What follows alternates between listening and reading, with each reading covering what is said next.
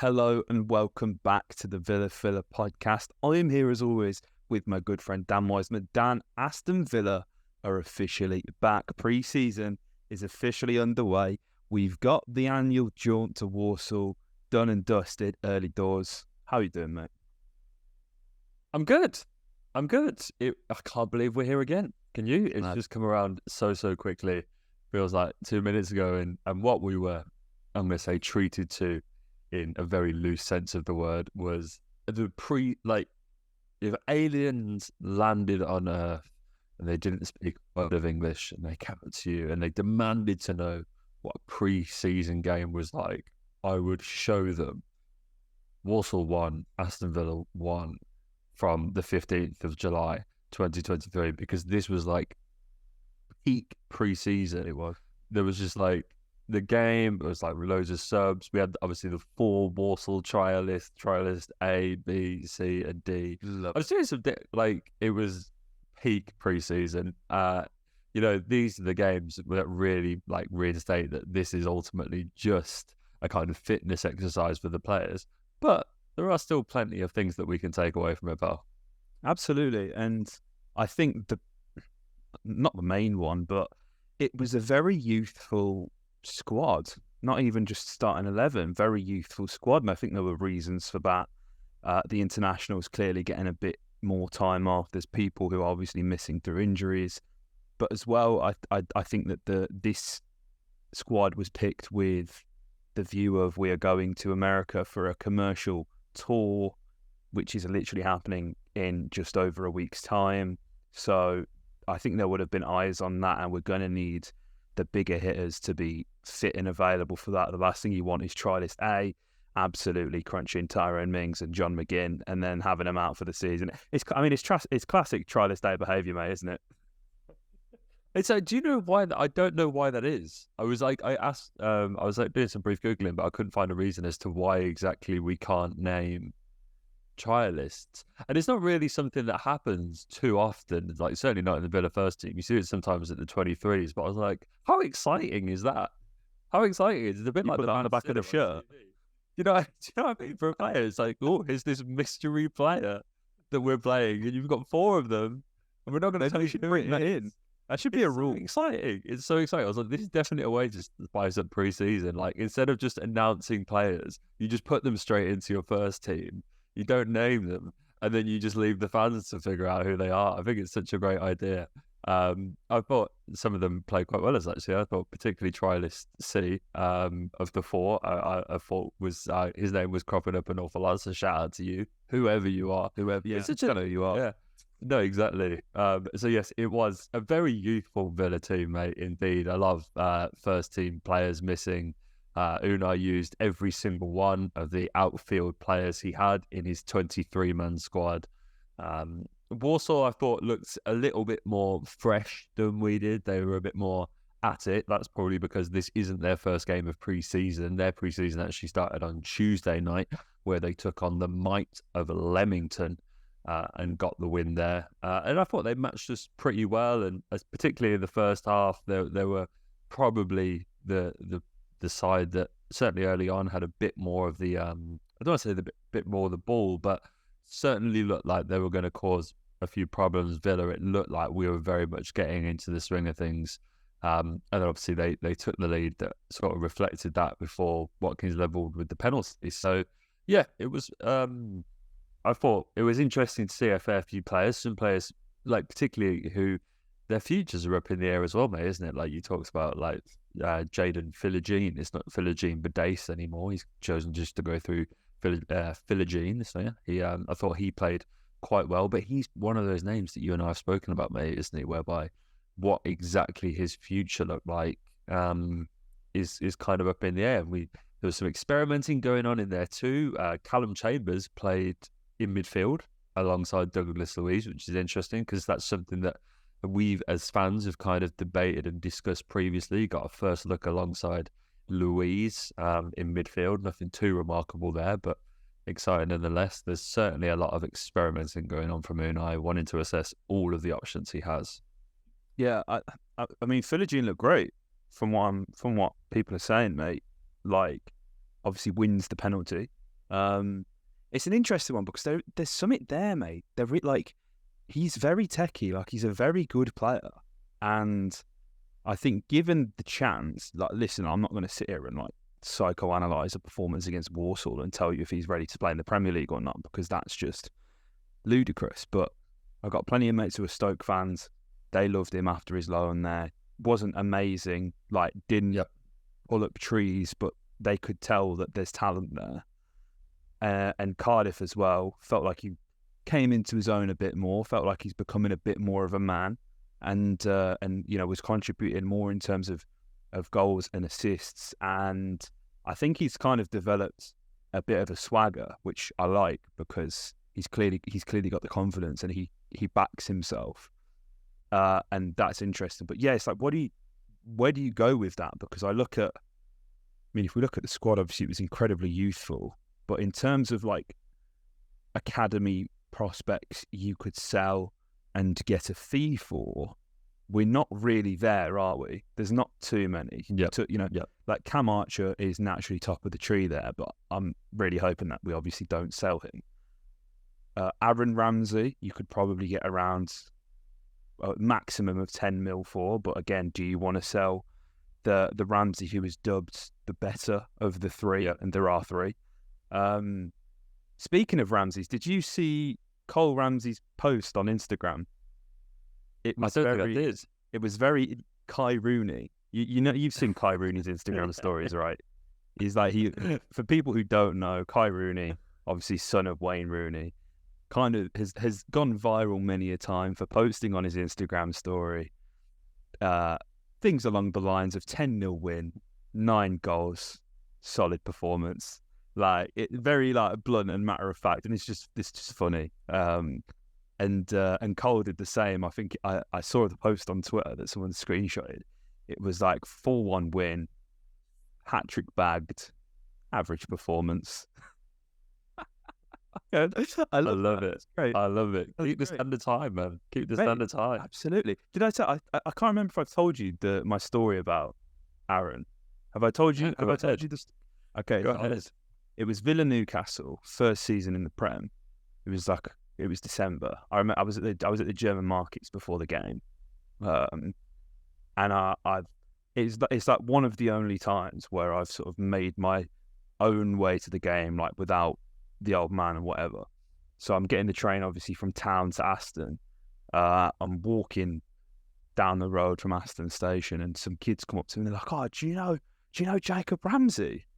I'm standing there in a Villa kit, like a Villa shirt, and I'm walking towards Villa Park, and I'm like, "Yeah, I know Jacob Ramsey."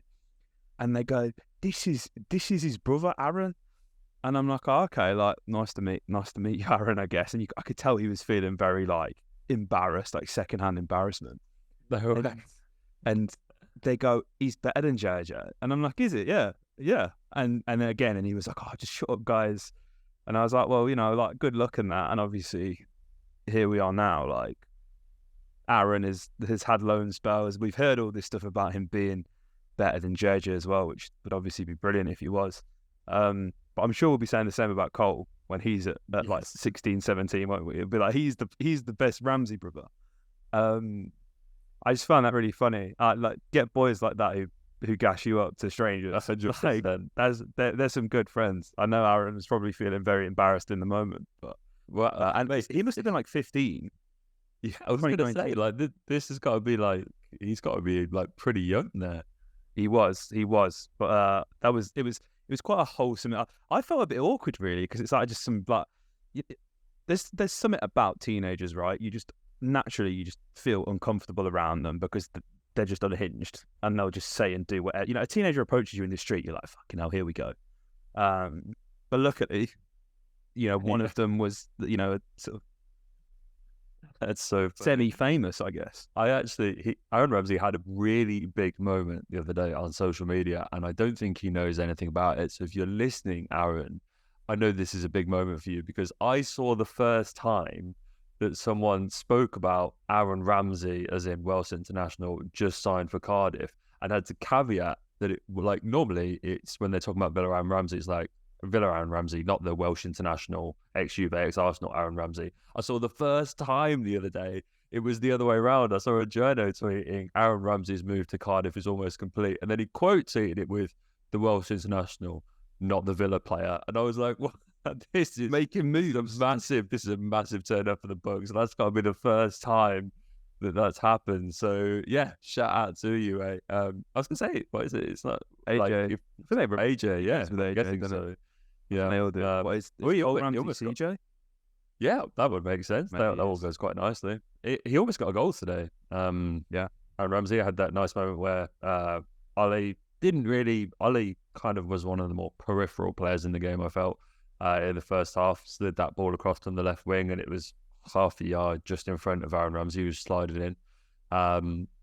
Couldn't quite get on the end of that cross. But yeah, the only other player, just to throw into that sort of youth graduates that might catch a fee, is Tim. Yeah. And he's an interesting, I watched him today, and he was sort of his usual self.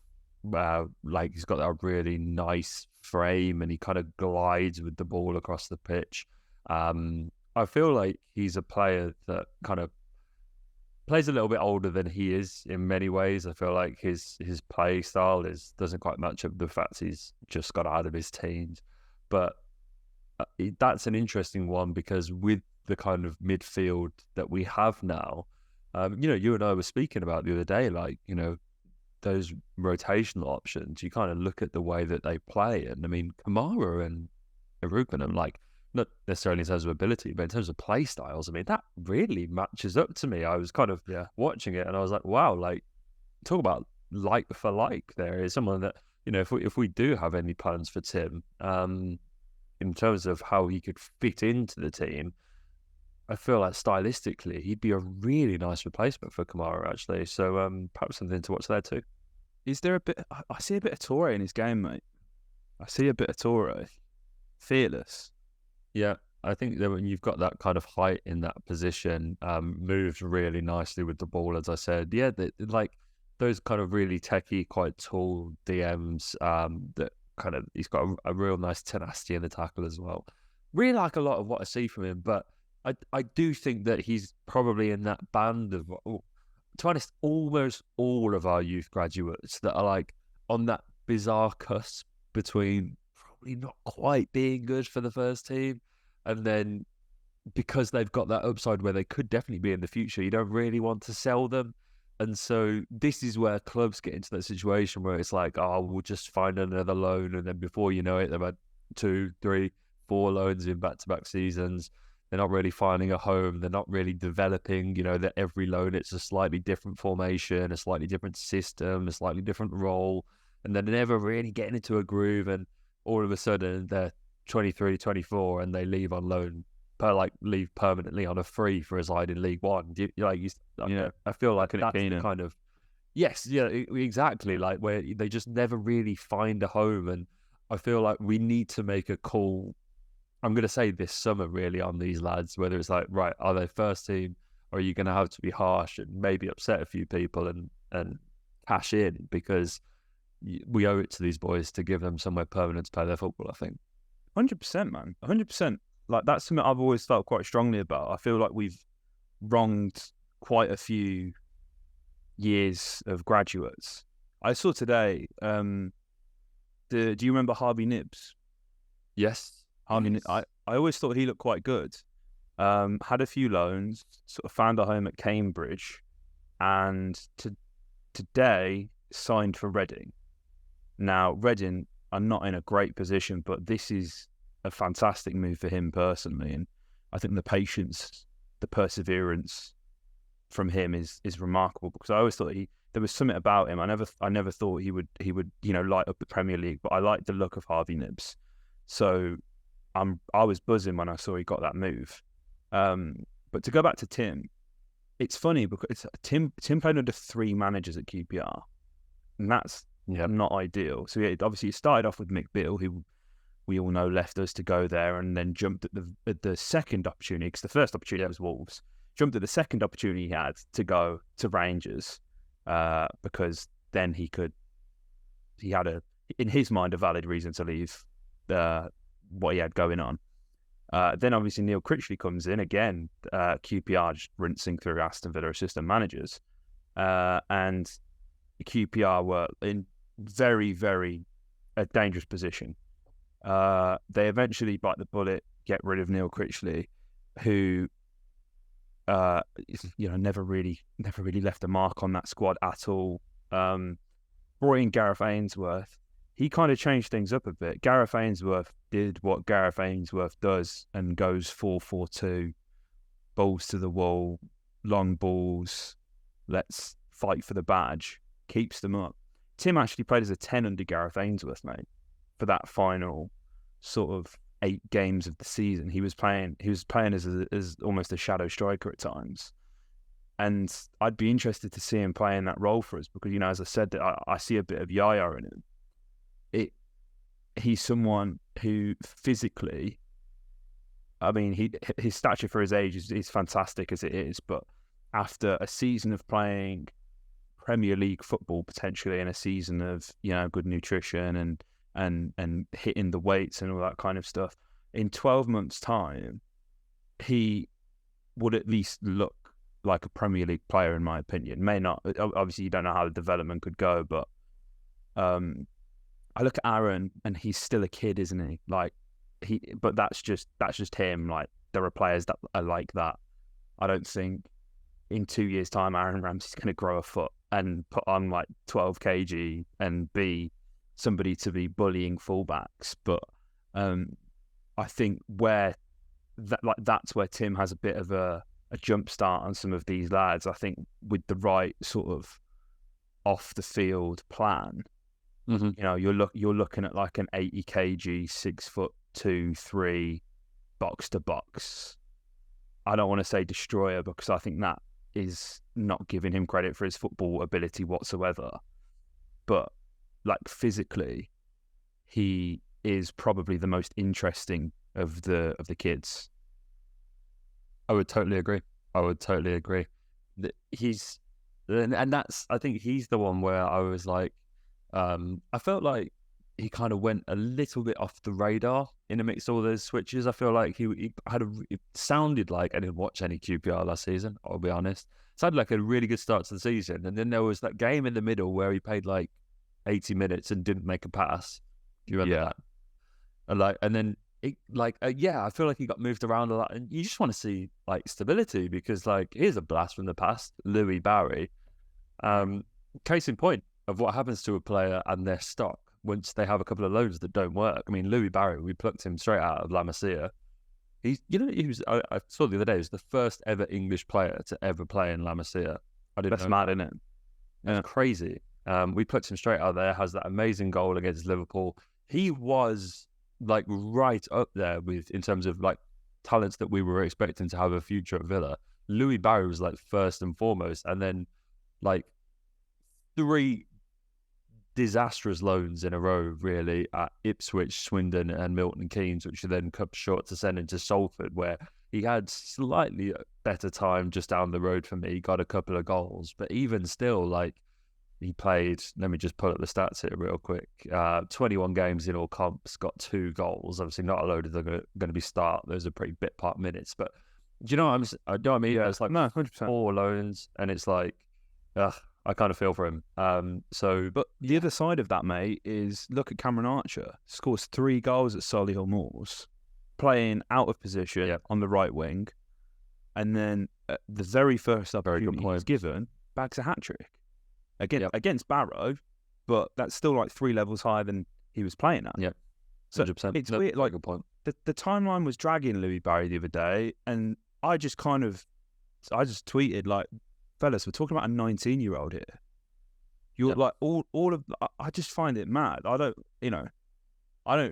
realistic. Like the percentage wise, anyway, most of them never make it. So like, it feels redundant, in my opinion at least, talking about academy players as if they already are professionals and being like they're not good enough, because like the development happens at different stages, doesn't it? Like, and that's what I find is a bit mad. Like, how many unsuccessful loans did Harry Kane have?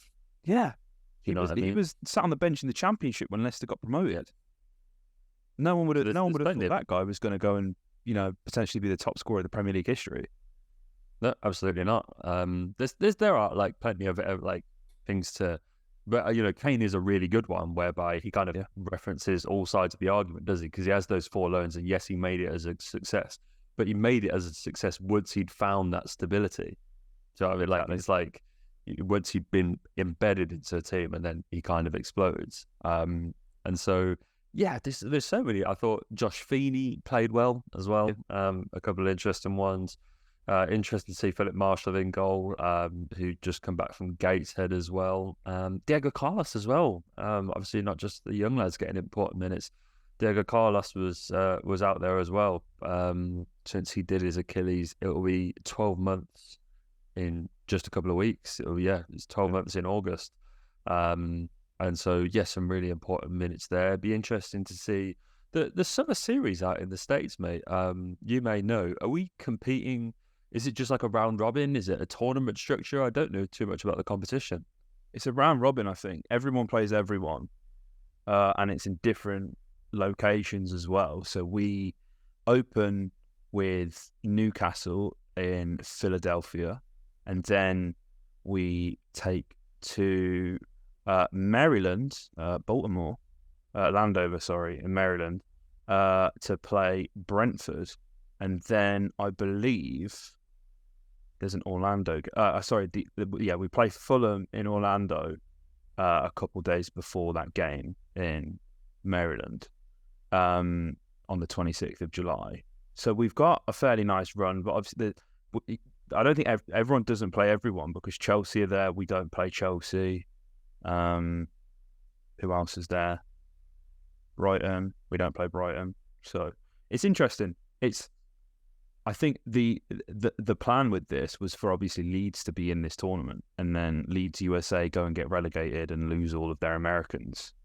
So it's almost a marketing exercise that has fundamentally failed because Christian Pulisic has also just left Chelsea. So the only Americans that will be on display are Tim Ream and Anthony Robinson. And I mean, if you can count that because he's a Scouser, obviously he plays for the USMNT. To my knowledge, no other Americans in these squad. Oh, sorry.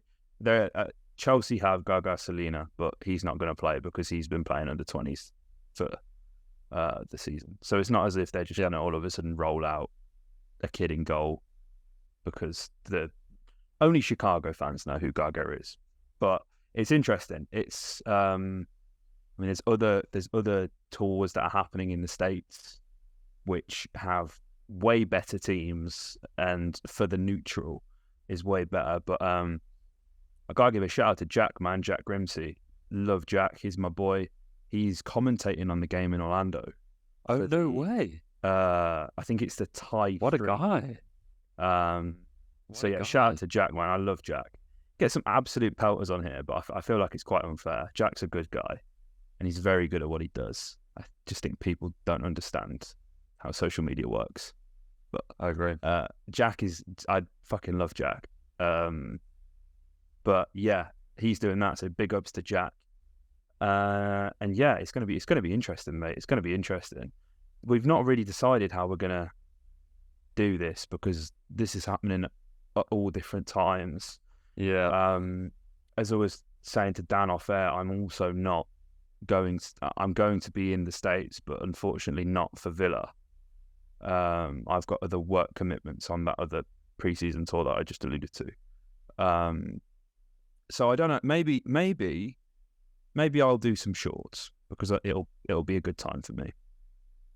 I'll be on pretty quick zone.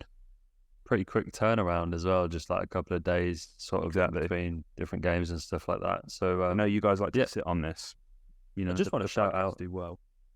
Yeah, Lawrence Foster as well in the comments, who lives in Philly, Villa fan, long time watcher of the pod, dropped in the comments that it'll be his first time seeing Villa since he came to a game here in the UK in 2005.